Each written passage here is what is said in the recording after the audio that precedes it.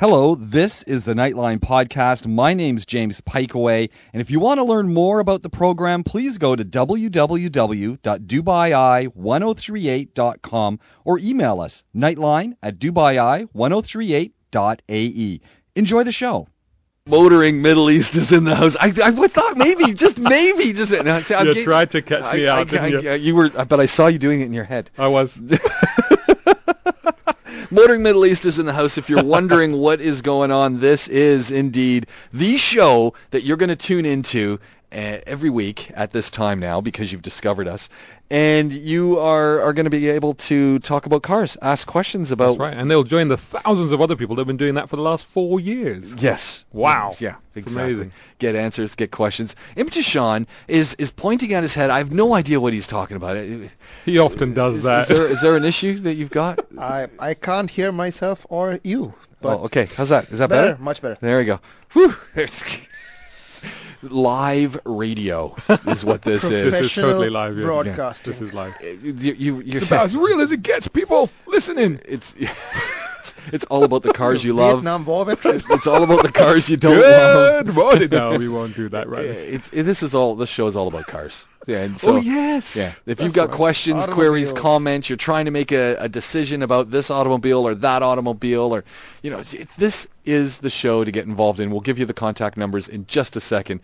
But tell me, where were you guys today? Give us the 411 on this. The 411. Yeah. Well, for once, I was actually doing some journalism. And I was attending the Future Mobility Conference at the Hyatt today, the Hyatt Hotel, which is actually ongoing and will be carrying on tomorrow as well. But today was the big first day with the keynote and so on. Very so cool. Forth. And so the first question is, when we start talking about future mobility and what things are going to look like in the Emirates, were you inspired and excited by what you were starting to hear? Because the question that everyone's going to have who's driving, and they've now just slammed on the brakes, pulled onto the shoulder, put the four-way indicators on, and they're now bracing for what you're going to talk about. The first question, people are going to say, are we going to get electric cars? B, are we going to get hydrogen cars? C, is that super-duper autonomous motorcycle going to be something we can all buy into? I mean, that's three things. Okay, I'm going to go get a coffee. You go ahead. Oh, steady on. Let's try to keep people awake here. So basically, everything that you've talked about was on the agenda. Basically, it's sort of a wide-ranging look at what the Emirates is going to look like in about 15 to 20 years. And so one of the is the image cool? The image is fuzzy at the moment because really nobody knows how these things... Because we're talking about questions that plague the automotive industry as well. Yes. Nobody knows where it's going forward. So I can tell you what the stated goal was. The RTA had the first keynote, and they had the crucial point, which is they want... According to the initiative of His Highness Sheikh Mohammed bin Rashid Al Maktoum, the ruler of Dubai, they want the UAE to have 25% automotive vehicles. All the cars on the road, 25% of them need to be autonomous vehicles. So that's what I said. Autonomous vehicles. Easy for you to say. By 2030. Okay. So that's 2030. That's a long way away, but it is a relatively... I'll be retired by then. You're pretty retired now. But that's a relatively realistic goal. But I think that point, as Shahzad has pointed out many times, you will have autonomous vehicles in large quantities on the road. The question is, will everybody drive in them? It's hard to say, but I think it's a possible goal. Right now, I'd just be happy if we had more hybrids on the road here. Yeah. So that was the big takeaway. That was the big keynote. But apart from that, a lot of people talked about a lot of different things. And it's such a huge topic. I'll try to boil it down to a couple of key facts. First of all, we need to see more hybrids here. But the problem with having hybrids is who pays for them? Because everywhere around the world, hybrid cars, and for the people who understand what that means, hybrid cars, obviously cars that run on electric and petrol power, a hybrid of the two technologies. Usually you get a nice little rebate of some sort. The government needs to fund that. Yeah. So it's a public-private partnership, to use a technical term for it, and basically government subsidizes the installing of recharging stations across the country. DEVA is already working on that, so there are recharging stations popping up all over the country. But basically that the infrastructure needs to exist for electric cars to become more feasible. There also needs some sort of incentive. Now what that incentive is varies from country to country. In California, for example, which is not a country but behaves like one, California, when the Prius first came out, they had highway access, or should I say freeway access for there's a lane they use, right, which allows people with one person traveling lane, high occupancy vehicle lane, yes. The carpool it's lane. It's a carpool lane. So basically people that's normally reserved for people with 4 or more passengers or 2 or more passengers. Well, if you're just by yourself in your hybrid, you can tootle along in it as well. So we don't have a carpool lane here. So maybe it might be time to put one in. I'm not saying they're going to do that. It's just stuff that needs to happen to make these cars more attractive to people. Otherwise, right now, why would you buy a hybrid over a car when the price of petrol isn't pushing you? That's another thing. The petrol's so cheap. So why I would you can buy a answer hybrid? that question in a minute, but you go on, because I've been experimenting with my little hybrid. And that little hybrid looks awesome. Yeah. It So there are totally a lot of things. Then the other question is, of course, autonomous vehicles. When are we Yeah. going to see them? Right now, technology is getting up there. Every manufacturer out there. We had speeches from the likes of Mercedes, GM, Audi, and of course Toyota, who had some announcements of their own. All of them say we can do autonomous vehicles right now, but they all differ in how they want to get there. They're not talking to each other. This is the classic beta VHS, Yeah. or even better, Yeah. even better. You take it back a few more years, and you go back to the technology that was put in place for color television at the time of the cathode ray tube. And when it was first starting, there were, I think, 9 different forms of technology, all vying to be the one that was going to win out. And autonomous Well, we had vehicles that are right recently. there. For people who can remember, we had Blu-ray versus what was the other one? It was BD DVD.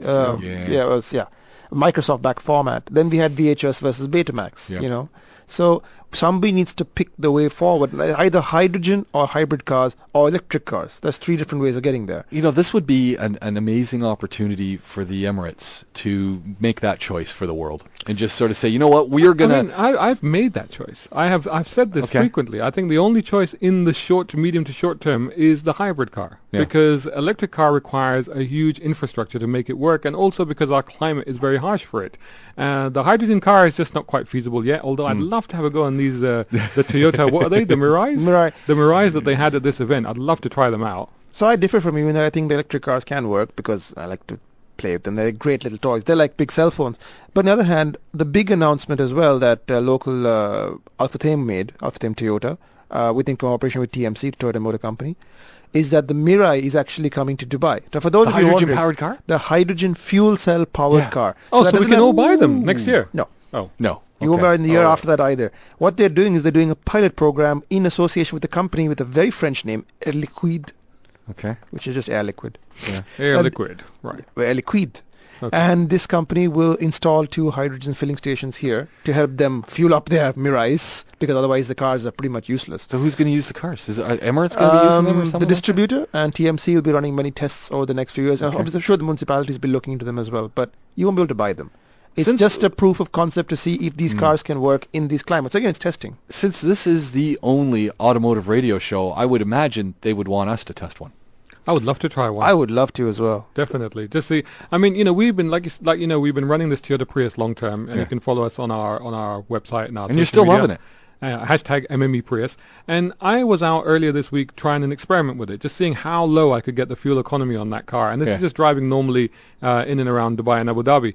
So halfway to Abu Dhabi, I got it down to 3.2 liters per 100 kilometers. I mean, that is staggering. This is a car. This is a normal 5-seater passenger saloon car. driving at a normal speed? Yeah, pretty much, yeah. I mean, I drove that quite slowly to get that 3.2. So on the way back, I then reverted back to my normal driving standards. So, but still, being sensible and stuff. Yeah. I still get it up to 3.8. That's still less than 4 liters per 100. That's amazing.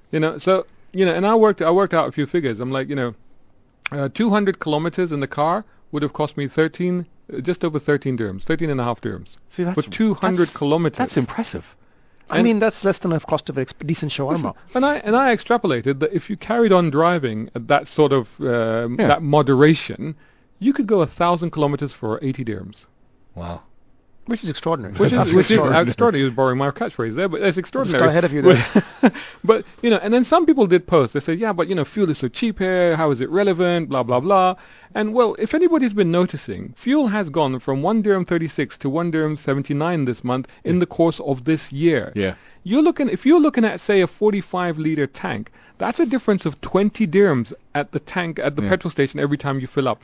If you're doing the Abu Dhabi-Dubai run every day, that's going to add up to a lot. So yes, I argue that it does make a difference for a lot of people. This is Cartalk. Motoring Middle East is in the house. It's Cartalk. Motoring Middle East is in the house. We've already got a phone call. Let's head to the phone lines. Line 8. Good evening. Welcome to the program. Thanks for holding.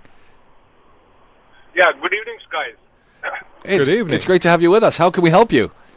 I am Mudassir, and I'm listening to your discussion on driverless or autonomous cars, and this discussion is on for quite some time now. It's an endless discussion. It's one of those cyclical ones. Yeah. So first of all,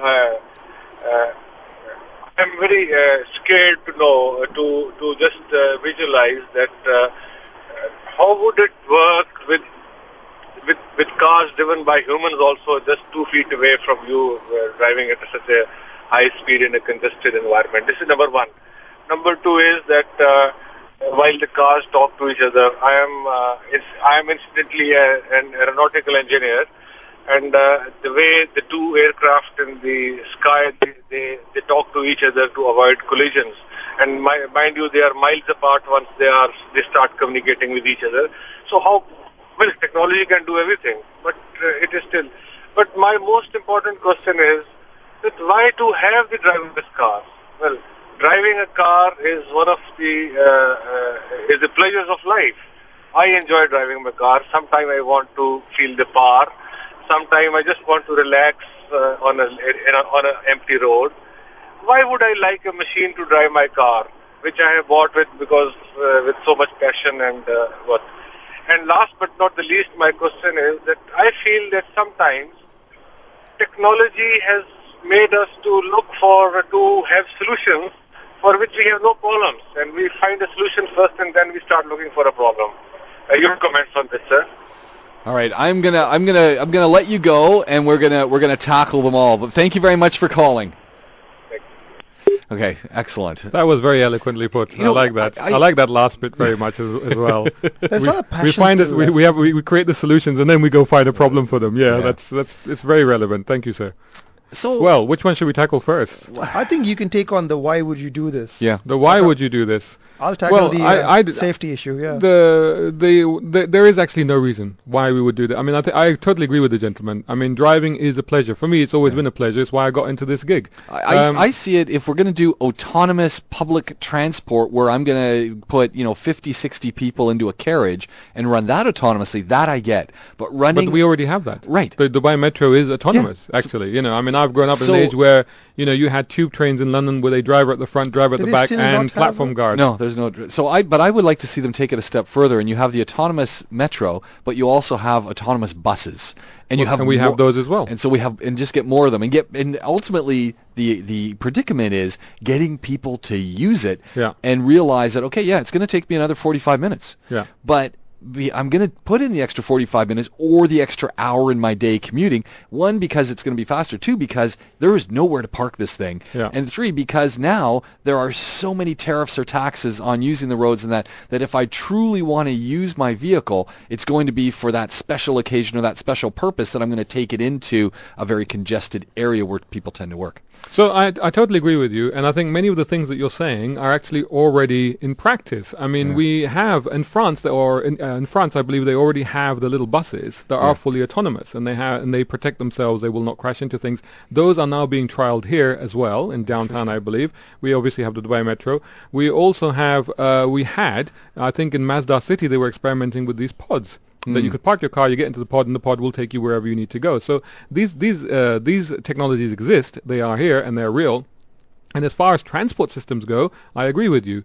But I think what the gentleman was talking about was your personal transport, your personal car. And why would you have that? Well, the benefits that can be seen from the point of view of a citywide infrastructure in terms of safety and legislation is that just look at how people drive. Yeah. And that's one of your answers right there. How many times you're driving along and you go, why has he cut me up? Why has he pulled out of there? Why didn't he use his indicator? So suddenly, because the computer is driving the car, all of those irregularities coming from different parts of the world are nullified instantly. Exactly, because suddenly the standard is same because computers will drive in a standardized format. So you think for government, for a state, for example, if you think about the cost. So yesterday I was driving back home last night. There was a big crash on the Gahoud. I hope everybody's okay, by the way. Huge tailback. Now you think about, again, they talked about when the airport closed down, how many millions we lost. You think about the tailbacks that happen here because of poor driving and, God forbid, crashes. Okay. Now suddenly, if you take those out of the equation, you've saved money instantly, plus you've saved on rescue services, plus you've saved on insurance. Is part of the dilemma, as the caller said, that you can't have one and the other, so one being autonomous vehicles and non-autonomous vehicles coexisting in the same ecosystem. You need to have one or the other. No, you can have both. You will have both. It will be an inevitability. And I think ultimately we're heading towards a place where we will only have one. That's my personal opinion. Singularity. We will have the singularity. Because I think where the caller was going was saying the autonomous vehicles are going to be intelligent, but then you get the randomness of Imtishan driving, and that could be a problem. That wasn't what I was meant to. I can actually answer the caller's question right here, because Mercedes-Benz, who were at the conference, have done the first autonomous drive from Dubai to Abu Dhabi in a standard E-Class with autonomous features. And I mean autonomous, I'm not talking about adaptive cruise control or lane keeping assist. Like the same kind of Tesla stuff that's out there. This car, this is beyond Tesla, because this is like LiDAR. But the car drove itself in traffic. It looks completely like a stock E-Class from the outside. Drove from Dubai to Abu Dhabi completely unassisted. Really? It's already happened. And this car was driving with other people on the road. This computer shared the road and nobody knew. It didn't cut people up. People didn't get offended. Obviously, no accidents happened because the car made it safely. And that's already happened. So the answer is the technology is way already ready there. The technology there. The aspect of cars talking to each other and stuff like that is an extra level of safety. But that's also there. Because there's a term for that in the electric world. They call that platooning. So platooning? Platooning. To drive like a platoon, a phalanx of vehicles. Okay. So that's already being discussed in relation to freight. Now, the next big thing where electric cars can make a huge difference is in semis, in commercial vehicles, because nobody wants to be a long-distance car driver. We don't have that problem here because we don't have so much long-distance cargo, but there are trucks that drive, obviously, to Saudi and beyond and so on, long-distance truckers. Nobody wants to do that job. But if you get an autonomous vehicle to drive and carry the load, and it just gets there, and it sort of has electronic tags, so it just floats through the customs border and so on, so it doesn't have to stop and be checked. And that vehicle will never get tired, will never need to sleep. It can run 24 hours a day. So operator costs go down, return on investment goes up. It makes perfect sense. Now, what I mean by platooning, when you have a bunch of these slow-moving trucks, because they're obviously speed limited, like a real driver would be speed limited, these vehicles can take advantage of each other's space and slipstream and cut through the air more efficiently. So by cutting through the air more efficiently, just like an F1 car does, they will use less fuel, less electricity, so to speak. Less hydrogen, whatever. Yeah, whatever. Yeah. So this brings up that whole side. Is this going to then destroy our love for automoting? Yes. Well, no, I think that's inevitable. The truck driver is going to go away. Because there's no need for him. That might be good. A low-skill job. So the taxi driver could go away. Well, there's two aspects of this. One, you're talking about the commercial drivers. So right. Those jobs are all going to go. Right, so that's yet another case where huge. I mean, this is a huge number of people across the world. Thousands of people. Yeah, I mean that's a massive industry right there. There's a massive amount of jobs through automation. That's a career that's going to be gone. Yeah, well, we're car journalists, so we're sitting in the same boat, really. And then the second part of it is the passion and the enthusiasm. That won't exist because you're talking about cubicles now. And one of the things that we talked about at JITEX was the guy that they're creating these pods, and these pods will be designed to join other pods on the road. So they just create a train of pods, and then they separate off to their end. Yeah, exactly. So how many generations do you think it's going to take? Is this possible to do in one generation or two generations? And the question is of people who are going to forget what it was like to enjoy driving. Well, I think what will happen is that if you look at the horse now. This is an analogy that's been used a lot. The horse is still there. Horse riding is still there. Yeah. You don't ride a horse to the shops anymore, but you can go and ride a horse. So the analogy is that in the future, cars, classic cars, whatever, will still exist, but you'll not be driving them on the main roads. You'll be having them transported to a facility such as a racetrack or a cordoned off area where you can then enjoy the aspect of driving. It won't be a thing that you do. So I think that's where we're heading. Now, how far is that is at the moment, honestly, anybody's guess. My own prediction is that within 10 years, autonomous cars will form part of our existing traffic. Like Imtishan says, they're already there. They're already driving around with us, right? Within 15 years, we'll pretty much all have them and have been weaned off we'll the desire to drive. We'll still be stubbornly not wanting to buy them. But they'll be there. I don't agree. You see, I think that that's happening now because now you've just bought an automatic, so we're weaned off. That one in there again. Yes, I have to. But what I mean by that is that we're being weaned off slowly by slowly all of the traditions of driving. Now we have blind lane information. We have cruise control. We have adaptive cruise control. What is that if not autopilot? Yeah. So we're already being weaned off it and into that direction. And I think ultimately the governments will just ban driving. It's considered to be antisocial. useful and too dangerous. This is Cartalk. If you want to get involved in the conversation, we seem to be talking about the future of automobiles this evening, and or lack of, yeah, autonomous vehicles, electric vehicles, hydrogen vehicles, maybe just no vehicles. Maybe just no vehicles. We just have transporters like Star Trek. We'll just get beamed all over the place. Apparently, they've made that work as well. No way! I'm down with that. 4001 is the SMS line, or get us on the Messenger app. It's also a way to get involved with us. Let's head to line 91. Good evening. Welcome to the program. Yeah, hi, good evening. Hi. My name is Brian. Hi, Brian. Yeah, hi. I was just listening to your show on the automotive cars that are there right now. Yes. I do have a question. Okay. Living in Sharjah, my wife works in the DIFC, Dubai International Financial Center. Okay. So she commutes back and forth every day. A typical day would be like in the morning, about 1 hour, 1.5 hour, depending on traffic. And evening, it depends on which road she takes. Whether she cuts in from Business Bay, hits onto E311 or 611, depending on the traffic, she is able to decide between different routes and change on an instant. How will this work on an automotive car? On an autonomous car, you mean? Yeah. Yes. Well, this is exactly the point that we were making just before the break, where somebody was suggesting, well, why would we switch to autonomous cars, and are we ready for them? Well, we already are.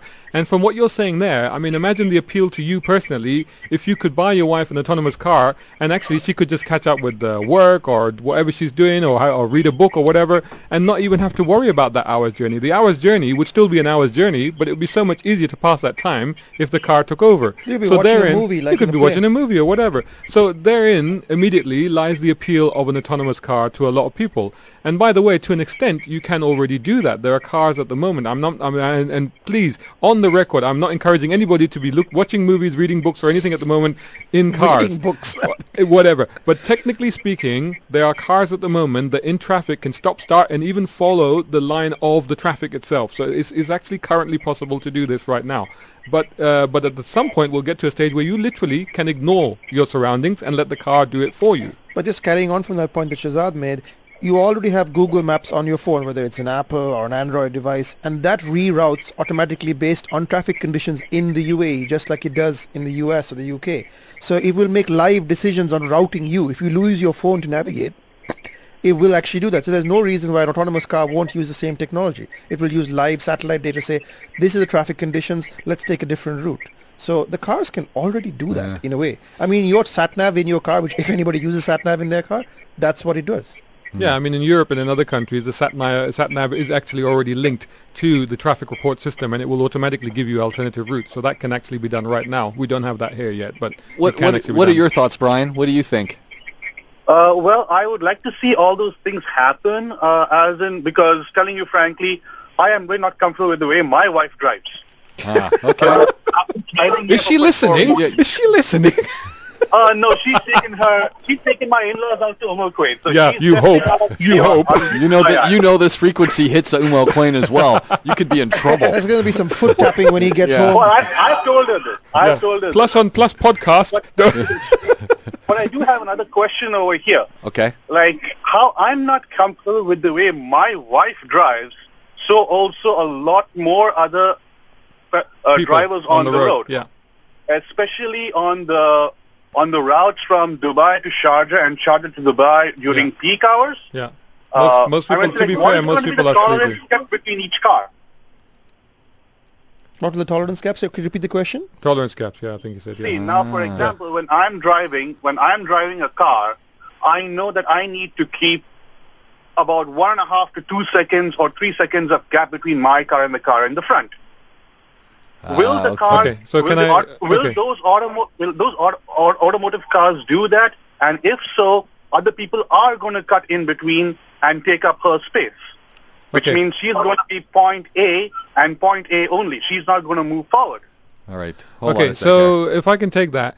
Even today, on cars equipped with adaptive cruise control, you can already modulate the distance that the car will keep from the car in front. So even right now, you have cars that you can buy, you can set the cruise control, and you don't have to touch the accelerator and the brake. The car will automatically keep the distance in between your car and the car in front. You can actually vary that distance depending on how comfortable you are being close. At some point, somebody will do that, but somebody would do that here anyway, even if you were driving. That still happens to me. People, like you, and you're absolutely right in keeping a safe distance from the car in front, but there are tailgaters here and there are people that will still cut in, and that still happens to me as well. So looking at the ultimate scenario, though, where cars are talking to each other and we have fleets of autonomous cars, I mean, maybe at some point the government would designate a lane just for autonomous cars. Those cars would be traveling much more efficiently because computers will know what the distance is, what the safe distance is, but also the flow will continue. See, the biggest problems we have in traffic is traffic flow. And traffic flow, it depends on this thing called the accordion effect. If somebody slows down at one point in the traffic, people at the other end of the traffic, way back, will end up stopping because of this accordion effect that you get. Where if you have computers, they will always make sure the traffic is flowing normally. Now, this is already in action, for example, not with autonomous cars, but the traffic system in the UK. There's a road that goes around London called the M25, and the M25 has modulated speed traffic limits. So what they can do, the traffic controllers can actually vary the speed limits to ensure that if traffic is bunching up on one part of the M25, they slow it down on another part, thereby creating a gap and keeping the whole system flowing clearly. So this kind of system will work. In the meantime, there will be a very painful transitionary period, I believe, between autonomous cars and self-drive cars where these cars will have to share the same space. But I think autonomous cars are clever enough to be able to cope with that. Brian, I'm going to have to let you go, but thank you very much for joining us. It's been great speaking with you, and as you can see, there are so many more questions. It's got really serious tonight, hasn't it? It has gotten serious. We've got another caller also waiting here in the wings. You know what? We need to go to a break, but you know what? We'll take them anyway. Yeah, let's do it. Let's. I hope they're still holding. Good evening. Welcome to Nightline. Thank you very much for holding. Good evening. Hi, how are you guys? Hey, we're doing great. Appreciate you staying on the line. How do you want to join in the conversation? I really enjoyed the topic here today. I really enjoyed the conversation going on the automotive. Basically, I own a garage and I'm working in cars. Loads of different cars with the new technologies. I have a small doubt and a couple of questions, if you don't mind answering me them. Sure. Okay, the first question is, those cars, especially with the new technologies, as everybody has explained, linked to satellite system and this and that and many other features. Besides that, there are, if you're making technologies, there are a lot of people out there who can hack them. So what is the, safe side about that? If the car is talking to the satellite and they're talking to, other cars, and suddenly somebody comes in and he just hacks your car through your IP address and through the satellite system and makes it end up with some accident or something really weird. Yeah. What do you say about that?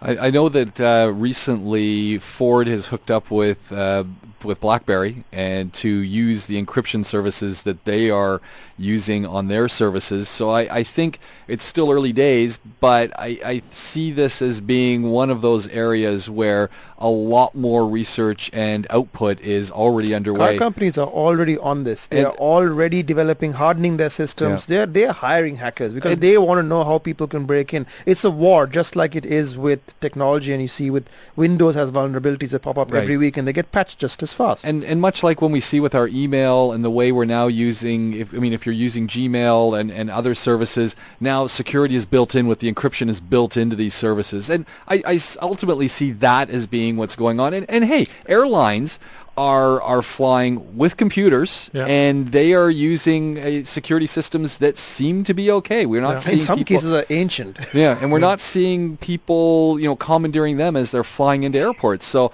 I think it's a legitimate fear, but I think we're already well on our way to working through those issues.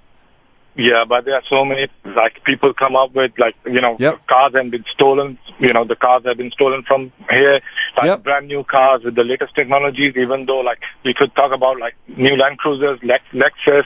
And how do you steal those cars when, even though they have the security systems, they have all those kind of technologies is built in. You put them on a tow truck. A lot of the times, it's a really simple way to do it.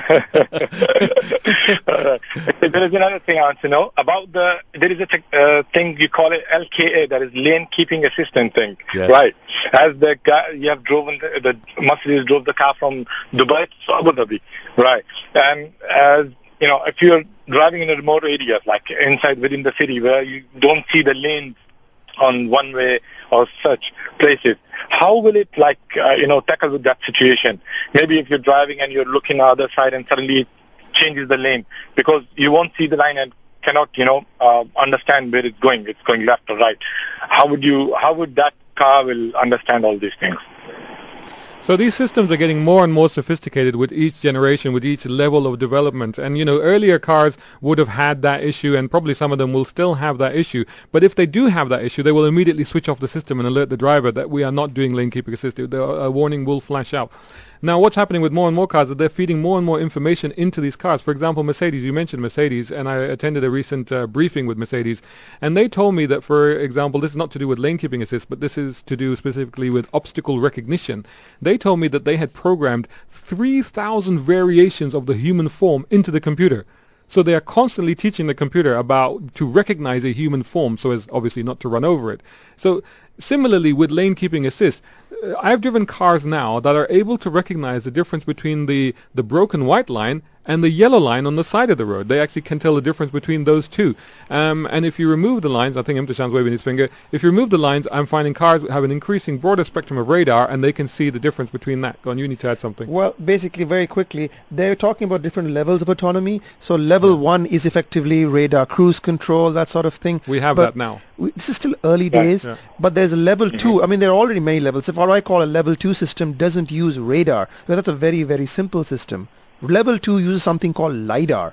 And if you look at picture the car, if you look at actually what the car is seeing, that's what you need to understand. With radar, it's like a bat. All it sees is a distance. It uses echolocation.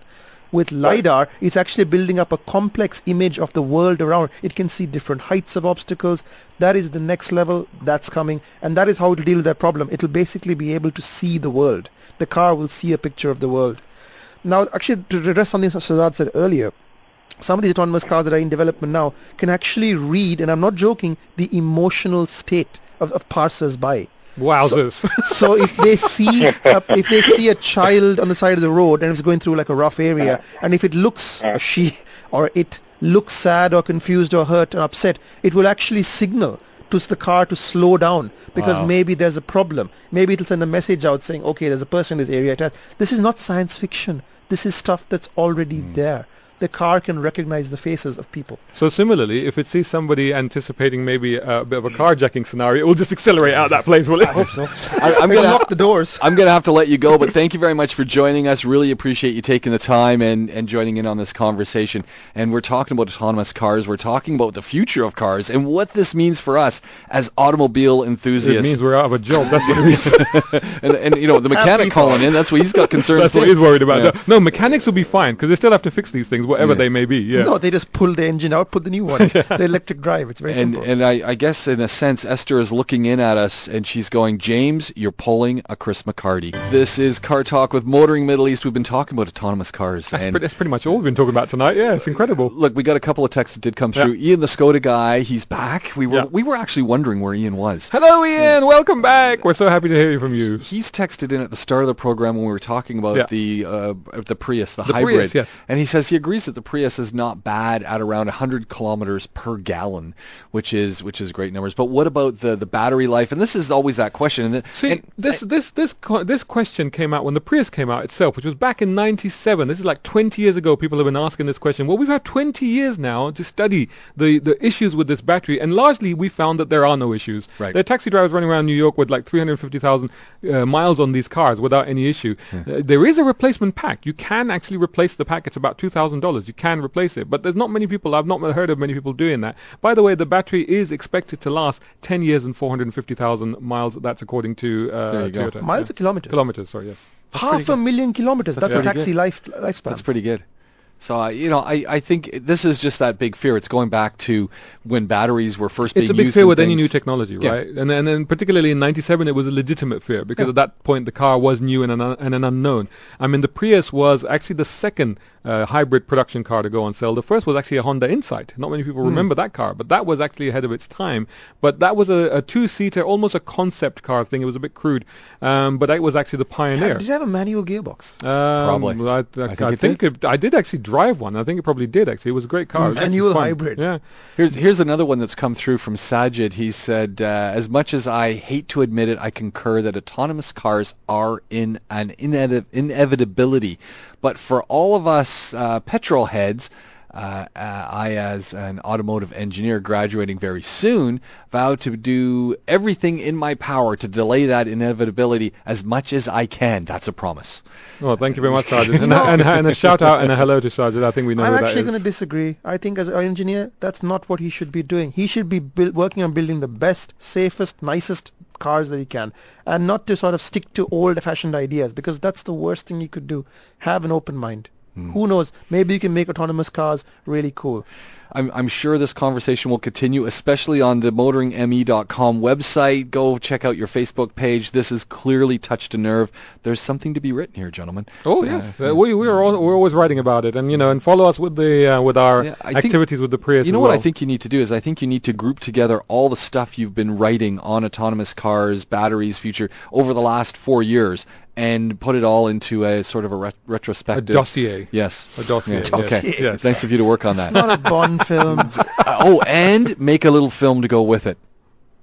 Yes, could do. Yeah. It could be very interesting. I mean, I think it's like Imtishan says. It is inevitable. It is happening. There's nothing that really we can do to stave It's it how off. you approach it, how you approach the oncoming change. It will define how you live with it. There we go, gentlemen. I hate to say this, but we gotta stop for the evening. Do it all again next week, same place, same time. This is Car Talk. Look forward to all of you joining us again on the phone lines, on the SMS lines. Truly a great evening. We just talked autonomous cars. That's what we did. Motoringme.com is where you can find these guys, Imtishan and Shahzad, and they'll join us again next week right See you here then.